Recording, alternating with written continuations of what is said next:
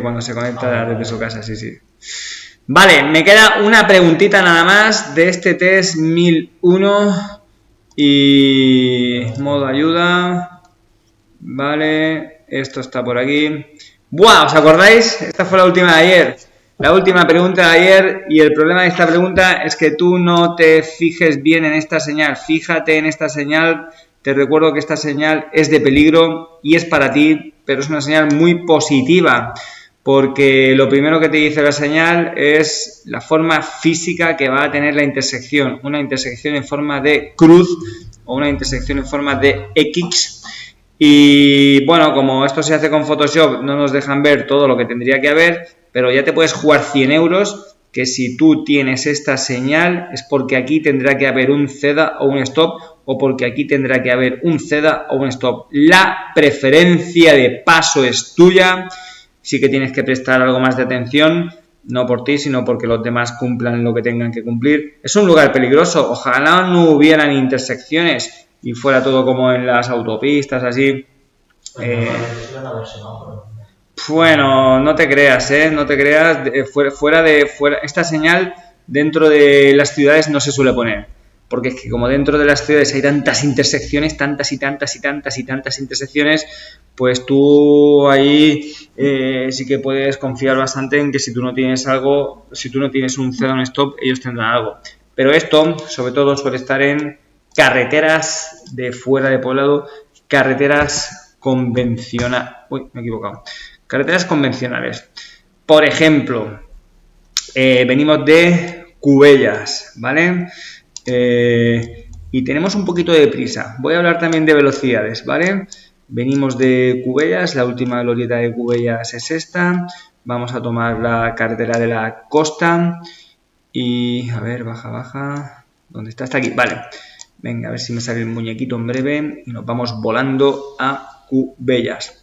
Voy a hablar de velocidades y voy a hablar también de esta señal y voy a hablar de una fórmula en la cual combinamos velocidad con peligro y esa asociación es bastante lógica y funcional.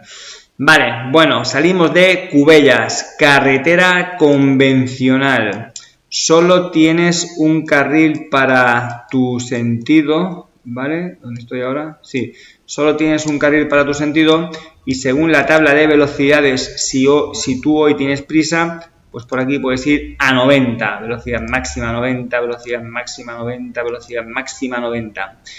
Llegamos ahí a una intersección, bueno, es la Platja Llarga esta, que hay un camping, que hay una parada de autobús, y mira lo que ocurre. Por un lado, te avisan del peligro y es que te aproximas a una intersección, vale. Por otro lado, te piden que no superes la velocidad máxima de 50. Hay alumnos que me han llegado a preguntar, si tengo prioridad, ¿por qué tengo que ir más lento? Hostia, a ver, la pregunta esta, sí, es verdad, tienes prioridad y lo de ir a 50 tiene que ver con que hay un equilibrio en los márgenes de error que puedan incurrir los otros vehículos. Tú tienes prioridad, ¿vale? Pero bueno, lo vamos a confirmar, ya verás que el que viene por la izquierda, en este caso, tiene un ceda el paso.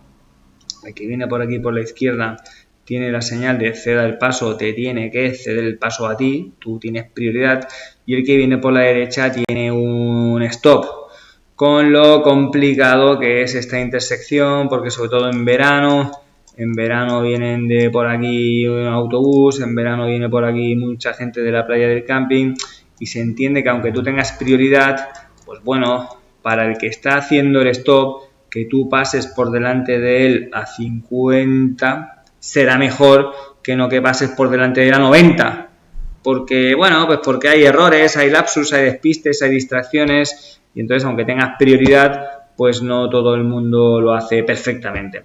Total, que lo otro que te voy a decir es que acuérdate que esa combinación de señal de peligro y señal de velocidad, cuando superas el peligro señalado, que en este caso pues es esta pedazo de intersección, cuando tú ya superas este peligro, puede que se trate de una curva, puede que se trate de un resalto, puede que se trate de un estrechamiento, pero la combinación era intersección con velocidad máxima 50. Cuando tú ya pasas ese peligro, la velocidad máxima vuelve a ser 90. Entonces, en esta intersección que estás viendo, yo creo que la señal de peligro más perfecta dentro de estas señales de peligro, a ver dónde está, dentro de estas señales de peligro de intersecciones, yo creo que la más perfecta es una señal nueva, que el dibujo cambia un poco. Señales. Venga, venga, venga.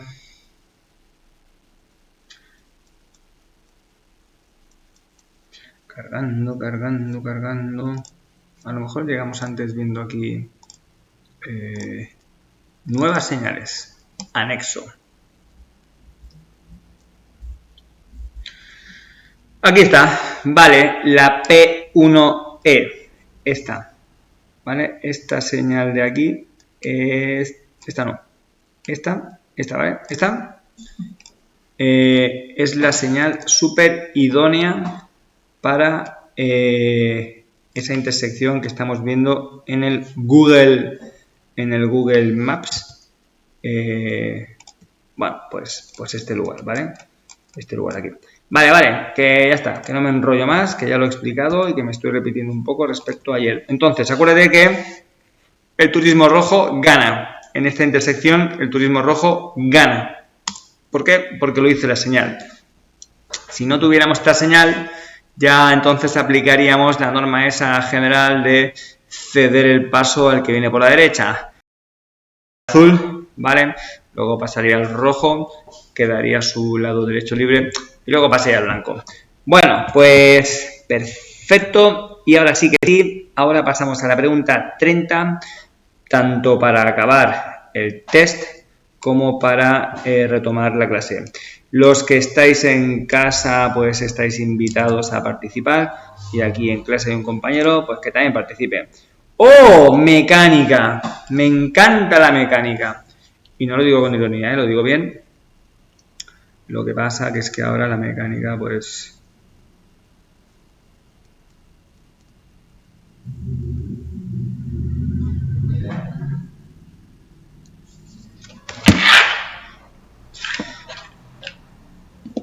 Joder, sí, es un poquito... Sí, yo lo único que he visto, mi padre echa mucho líquido azul. Eso. Bueno, el líquido azul es para el lavaparabrisas, que es el de... ese, agua con detergente.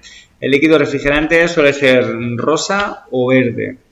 ¿Qué pasa? Los que estáis en casa, el sistema de refrigeración, entiendo que no sepas qué es lo que está pasando en esta imagen.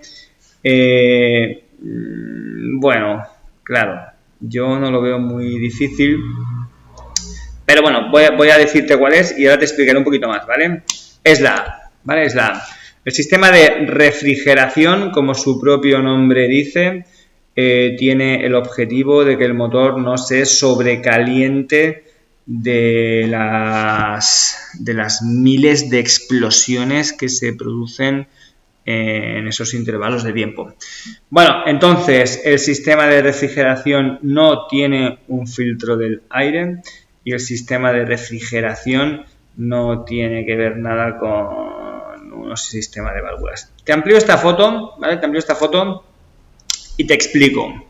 Donde tengo el ratón, ¿vale? Por donde tengo el ratón estarían las luces delanteras de tu coche, ¿vale? Es así como funciona esto. Están las luces delanteras de tu coche, está el parachoques delantero y lo primero que te encuentras después del parachoques delantero es el radiador. No sé si te suena ese elemento o sabes un poco qué función tiene o para qué sirve. Cuando hay un accidente de tráfico y chocamos con la parte delantera de nuestro vehículo, una de las primeras cosas que se rompen es el radiador. Entonces, cuando tú levantas el capó y ves un montón de elementos y de tubos y de plásticos y de piezas, hay un vaso, bueno, hay un recipiente que se llama vaso de expansión y es ahí donde tú puedes ver el nivel máximo o mínimo, el nivel del líquido refrigerante. El circuito hace que el líquido refrigerante fresquito, es el que está aquí abajo, el líquido refrigerante fresquito inicia su circuito por la parte de abajo, entra al recorrido del motor, todo esto es el motor, aquí se están produciendo las explosiones continuas, la temperatura que se alcanza es elevadísima, y entonces el líquido refrigerante entra fresquito por aquí abajo y a medida que se pasea por las canalizaciones pertinentes, pues retorna al radiador por la parte superior. Entra caliente por la parte superior y a medida que va bajando por este radiador que tiene un montón de tuberías internas en forma de serpentín, el aire que choca con la parte delantera del radiador va enfriando ese líquido. Otra vez que está fresquito vuelve a entrar, circula por sus lugares pertinentes y vuelve calentito por la parte de arriba y entra al radiador. Vale, esto otro te lo explico para que sepas qué es. Esto tiene que ver con la calefacción del coche. Cuando tú le pides que el aire que entre sea calentito porque hace mucho frío, pues gracias a las explosiones del motor y gracias al líquido este refrigerante, pues se calienta el aire de la calle y entra calentito al habitáculo del motor. Y esta aguja que hay aquí, esto es un esquema, ¿vale? Esta aguja que hay aquí es la que tú puedes ver en el tablero de instrumentos, informándote de cómo está la temperatura del motor. Tengo yo aquí un tablero de estos de instrumentos muy básico y muy antiguo ya, porque hoy en día es todo ahí en plan pantallas y digital y súper estéticamente chulo. Entonces, de toda la información que muestra el tablero de instrumentos, aquí, mira, esto sería el nivel de gasolina, esto es el velocímetro, esto se cuenta revoluciones, multitud de testigos de diferentes averías y esta aguja que hay aquí, pues lo normal es que esté a la mitad de todo su recorrido. La temperatura óptima de funcionamiento del motor son 90 grados. El sistema de refrigeración lo que hace es mantener el motor a 90 grados, que no pase de 90 grados, pero que sí que llegue a 90 grados. Ese sistema consigue que esta aguja esté aquí estable a 90 grados. Bueno, pues ya está. No hace falta que sepamos tanto, lo que pasa es que a mí me gusta mucho la mecánica. Hace años la mecánica había que explicarla con todo lujo de detalles, sobre todo la mecánica del carnet de camión. Buah, eso sí que era un mundo interesante. Y bueno, ahora lo único que os piden es que conozcáis un poquito los diferentes sistemas. Sistema de refrigeración es este. Y es que esto que dice de comprobar regularmente la tensión y el estado de la correa, esto hoy en día es que es casi imposible porque los motores están tan tapados, tan protegidos, tan ocultos, que tú metas por ahí la mano y empieces a tocar correas o tornillos o cosas, esto cada vez cuesta más y con tanta informática y con tanta electrónica que hay hoy en día en los coches, pues poco vas a poder tocar.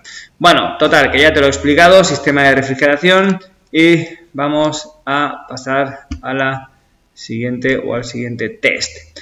Vamos al 1002 y a ver de qué nos toca hablar. Venga, chicos, os invito a que participéis.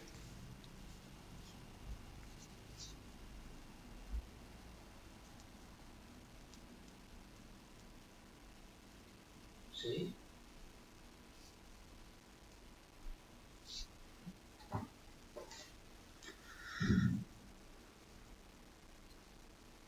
Dun, dun, dun, dun, dun, dun, dun, dun, dun.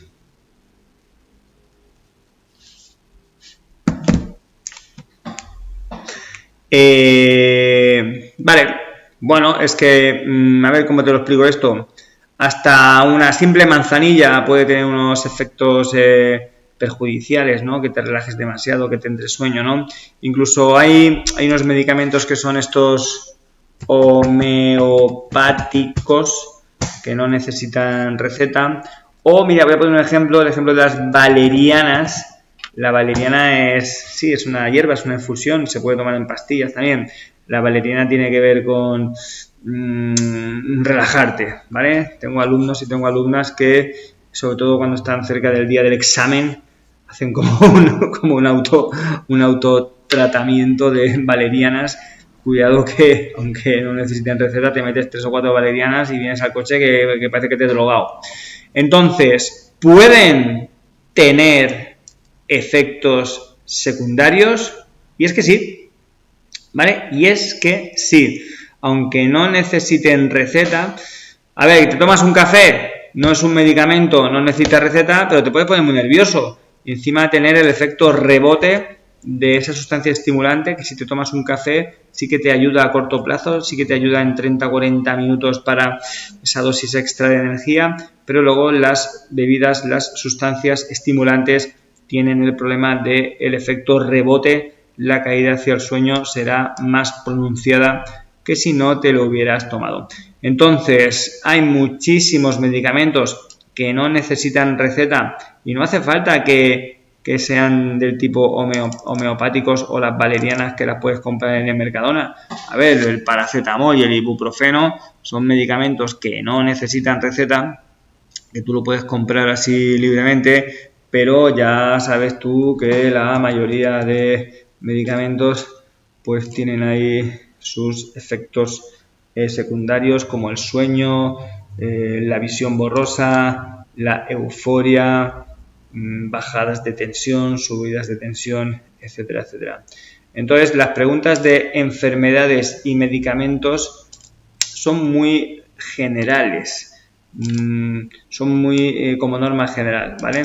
Entonces, de las preguntas de enfermedades y medicamentos, lo que siempre te van a pedir es que tú estés informado. Infórmate bien de esa enfermedad, qué efectos tiene, qué síntomas tiene, qué crisis tiene, y de los medicamentos infórmate también de qué efectos secundarios tienen. Con el dolor se suele tomar paracetamol. Con los resfriados se suele tomar antihistamínicos y tal, ibuprofeno también. Las personas mayores toman muchos medicamentos de tema del colesterol, la pastilla del colesterol, la pastilla de la tensión, ¿sabes? Y bueno, y estos ya son medicamentos un poquito más complejos, ¿no? Que son los antiparkinsonianos, anticonvulsionantes, ya tiene que ver con personas de edades más avanzadas. Vale, con ninguno de estos medicamentos está prohibido conducir. Se aconseja no conducir, pero se aconseja conducir con precaución. Se aconseja no conducir bajo tratamiento, se aconseja, ¿vale? Se aconseja. Infórmate bien de esto: sueño, euforia, mareo, sueño, visión borrosa. Los antihistamínicos es un medicamento que se utiliza mucho para las alergias y tiene un problema muy grave de sueño. Lo que pasa es que ahora hay unos antihistamínicos que se llaman de tercera generación, que estos efectos secundarios no se acentúan tanto porque tienen una pequeña dosis de cafeína. Pero si tienes una persona que está tomando ansiolíticos, pues no te puedes tomar este antihistamínico de tercera generación porque te va a perjudicar por el hecho de que tiene cafeína. Bueno, entonces, medicamentos que no necesitan receta médica hay muchos, y los efectos secundarios que pueden tener es este. Y la pregunta, acuérdate que pone, ¿pueden tener efectos secundarios? Pues sí, pueden. Y esto es muy relativo y muy variable, depende del medicamento, de la dosis, de tu cuerpo, de tu estado anímico, de tu tolerancia, etcétera, etcétera.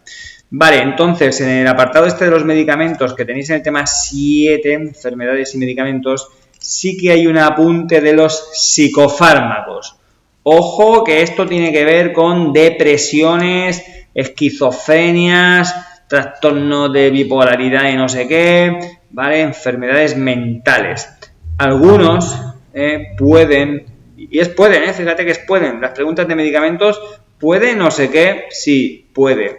¿Puede no sé cuánto? Sí, puede. Pues vale, pues pueden alterar gravemente las capacidades para conducir con seguridad, con lo cual en determinados casos muy explícitos que ya te informará el médico, la normativa prohíbe conducir cuando estamos bajo su influencia.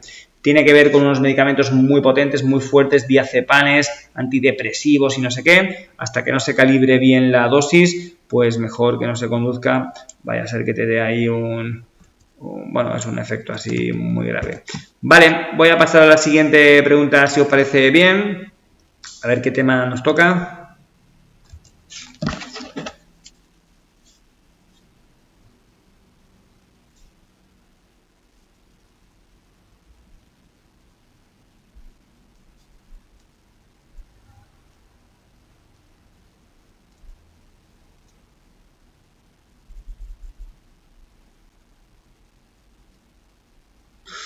Vale, por ahí por casa dicen la B, el Bruno. Bueno, es que esto ya es por humanidad, o sea, esto no es un tema de autoescuela. Esto es que somos personas humanas, que tenemos empatía, que tenemos sentimientos, que tenemos emociones. También, vale, todo esto es muy relativo, ¿no? Como sea una persona a la cual te haya estado... Si, por ejemplo, está ahí, pues, claro, o sea, claro, ahí te quedas, ¿sabes? Vale, muy bien. Entonces, el tema este de prestar auxilio, pues sí, está aquí en el tema 8, comportamiento en caso de accidente. Lo primero que te explican, y tiene que ver con esta pregunta, es que hay infracciones que se pagan con dinero, infracciones administrativas, y hay infracciones que se pagan con privación de libertad. Y es esto, ¿no? O sea, el delito de omisión de socorro.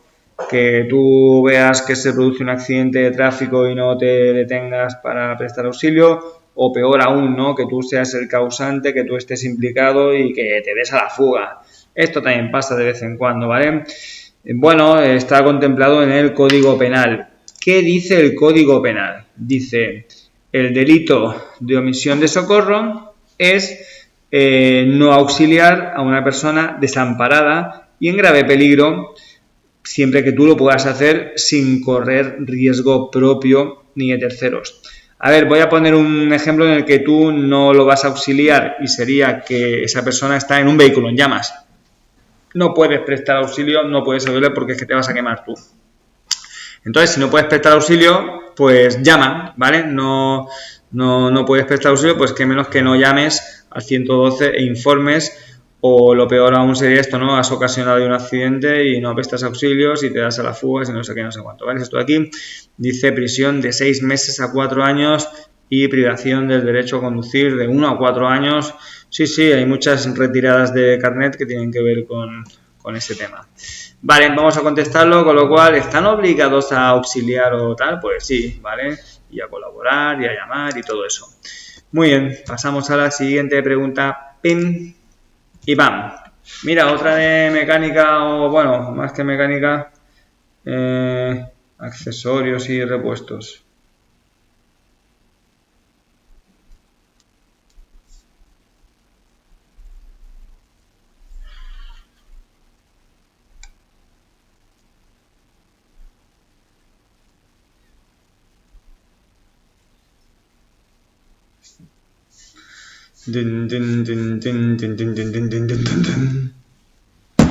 Vale, ¿qué dices por aquí tú, Martín? Es cachonda, es cachonda. Mira, hace años había que llevar hasta gafas de repuesto. ¡Hola! Sí, hace muchos años, ¿eh? O sea, si a ti en la revisión médica te dice que tienes que llevar gafas, con lo cual tu permiso de conducir sale un código ahí, un chiquitito, en el que se especifica que es obligatorio que tú lleves gafas, el reglamento decía, pero esto hace ya más de 20 años, que había que llevar gafas de repuesto. Pero es que yo, por ejemplo, que el filtro que teníamos una rueda, respecto yo que yo Sí, ahora explicaré eso. A día de hoy, hay que llevar un chaleco reflectante y se recomienda llevar alguno más. Obligatorio, un chaleco reflectante que tiene que estar a mano, que tiene que estar en el habitáculo del vehículo, que tiene que estar homologado y las prendas estas reflectantes emitir a 150 metros. 2 triángulos que dentro de poco no va a ser necesario porque habrá que llevar la baliza esta V16, ¿vale? Lo otro que hay que llevar es una rueda de recambio y las herramientas indispensables para el cambio de la rueda: un destornillador y una llave de tuercas. A día de hoy ya no es obligatorio llevar bombillas de recambio. ¿Y ruedas sí? La rueda sí, pero la rueda puede ser sustituida. Lo explicaré con una imagen, ¿vale? La rueda, lo que ahora está ocurriendo con la rueda de recambio, con la rueda de repuesto, es que tú abres el maletero y empiezas a buscar y lo que encuentras es un kit de reparación del pinchazo. Hace muchos años lo que solía haber era una rueda que se llamaba completa. Completa porque era del mismo tamaño y dimensiones que las otras 4. Luego se pasó a llevar una rueda que se llama de uso temporal, más pequeña que las otras 4. Esto tiene que ver con un tema de espacio, para que no ocupen tanto espacio, y también por el poco uso que se le suele dar a la rueda de repuesto, porque estos son momentos puntuales y a lo mejor pues 2 o 3 días cada 3 o 4 años te va a hacer falta cuando tengas un pinchazo. Rueda de uso temporal. Pero ahora muchos fabricantes, y porque la ley lo permite, lo que te dan es un pequeño maletín, y en ese maletín tienes un compresor de aire, que es esto azul, y tienes una botella con un gel que repara internamente el pinchazo introduciéndolo por la válvula de suministro de aire a la rueda. Entonces, si introduces este gel por la rueda, o sea, por la válvula de suministro de aire de la rueda, con el compresor de este de aire inflas la rueda, y es una solución también temporal, ¿vale? Es una solución que te permite a lo mejor 2, 3, 4 días ir tirando y rellenando, pero no tardes mucho en ir al taller a que te reparen el pinchazo, ¿vale? Bueno, ya sabéis que yo el otro día tenía un tornillo, ni tan siquiera tuve que poner rueda de repuesto porque lo que hice es no sacar el tornillo. Fui al taller con el tornillo ahí clavado y ya una vez que llegué al taller ya me sacan el tornillo, me ponen un parche y sigo trabajando. Entonces, ¿qué más? A día de hoy ya no es obligatorio llevar lámparas de recambio. ¿Por qué? Porque hay coches, por ejemplo este, que es un Renault Clio, que a lo mejor para cambiar una bombilla tienes que desmontar el faro entero, extraerlo por la parte delantera y por ahí acceder. Antes cambiar una bombilla era muy simple, metías la mano por ahí, sacabas una, metías otra. Pero es que ahora que todo es tan compacto y tan entretenido, pues a lo mejor cambiar una lámpara de estas te requiere tener conocimientos, tener habilidades, y si no, pues pasa al taller y ya está. Entonces ya no es obligatorio. Si tú lo quieres llevar, si tú te ves capaz, pues llévalo. Otros elementos como manguitos, correas y bujías, por supuestísimo que no es obligatorio, porque es que no veo yo que la mayoría de nosotros tengamos la capacidad de hacer cambios de manguitos, correas, bujías y tal, ¿sabes? Total, que ya sabéis que critico mucho las respuestas de siempre, nunca, solo, únicamente esto, exclusivamente lo otro, pero en este caso lo de las lámparas ya no es obligatorio, todo esto que por aquí impensable. Bueno, pues un chaleco, 2 triángulos que ya no lo serán por la luz esta de la baliza esta que se está hablando mucho ahora, y la rueda de repuesto, que puede ser sustituida por un kit de reparación de pinchazos. Venga, pasamos a la siguiente pregunta, si os parece bien. Vale, y una de documentación, la ITV.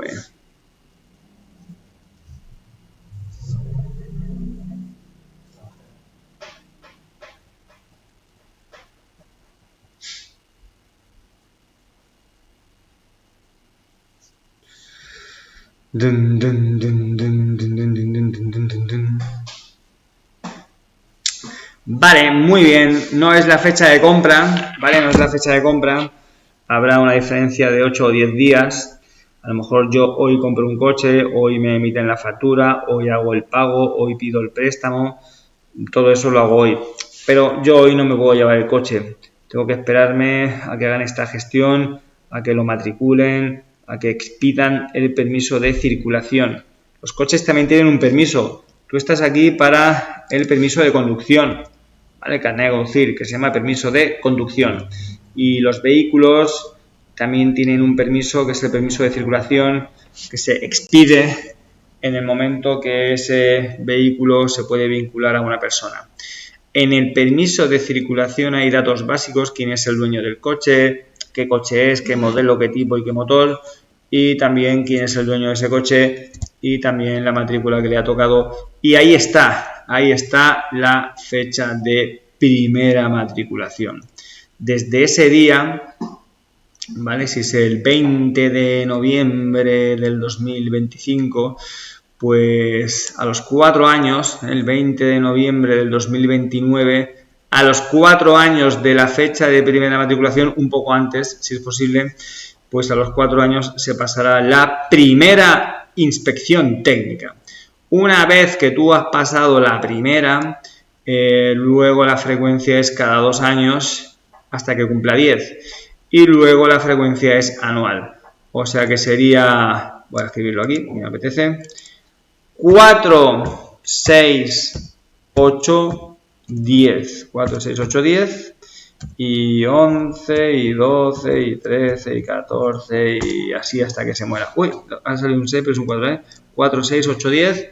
4, 6, 8, 10, 11, 12, 13 y 14. Vale, siguiente pregunta. Que circula por el carril derecho. Bueno, que es lo normal, ¿no? Circula por el carril derecho. Vale, perdón. A ver. ¿Esto? ¿Qué pasa con esto? Fuera y fuera. ¡Buah! ¡Qué pregunta más trampa! ¡Dios! Esta semana hablé de las líneas transversales, tanto la continua como la discontinua. Las líneas que se pintan a lo largo de la vía son las longitudinales.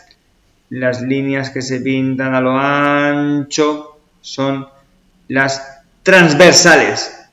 O sea, esta pregunta es que tiene tanta mala leche.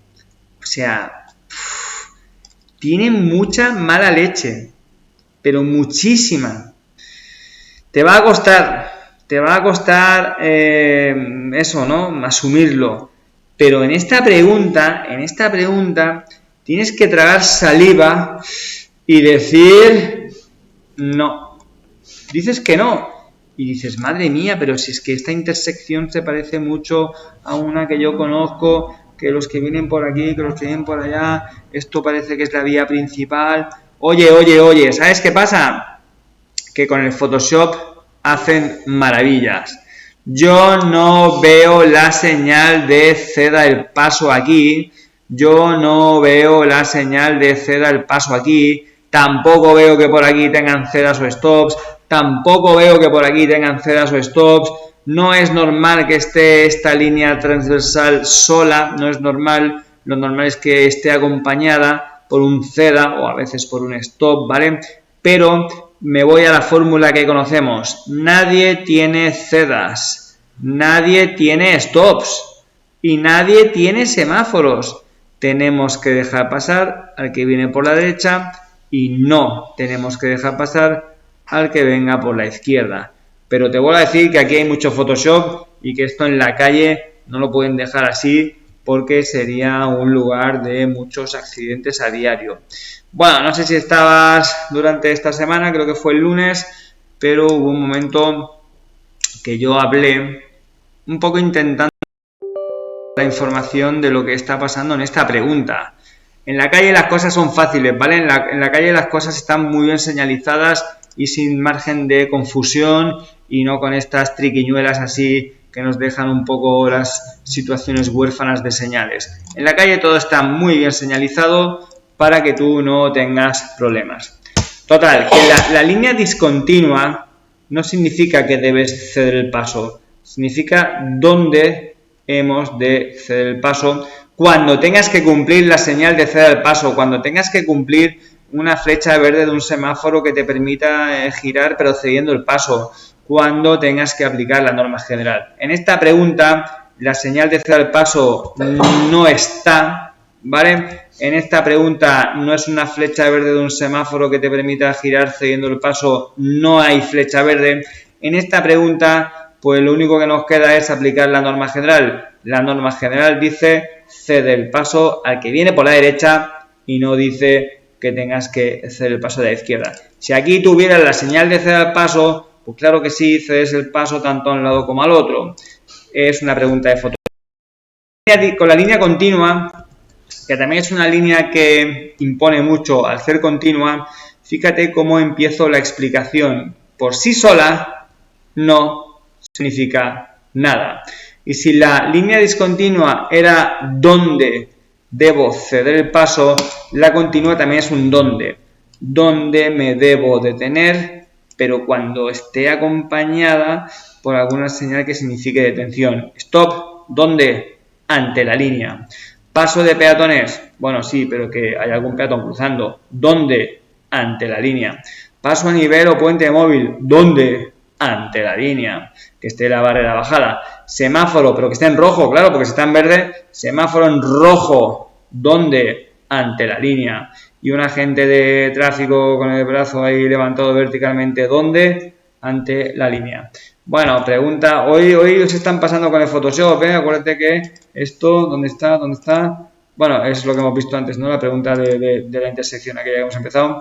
Con el Photoshop hacen maravillas. Total, que nos ha costado, ¿eh? Nos ha costado tragárnoslo, pero es que es así. No hay señal de ceda, no hay flecha verde. Lo único que te queda es ceder el paso a la derecha y no debes ceder el paso a la izquierda. Siguiente pregunta. Mira, semáforo. Ah, vale.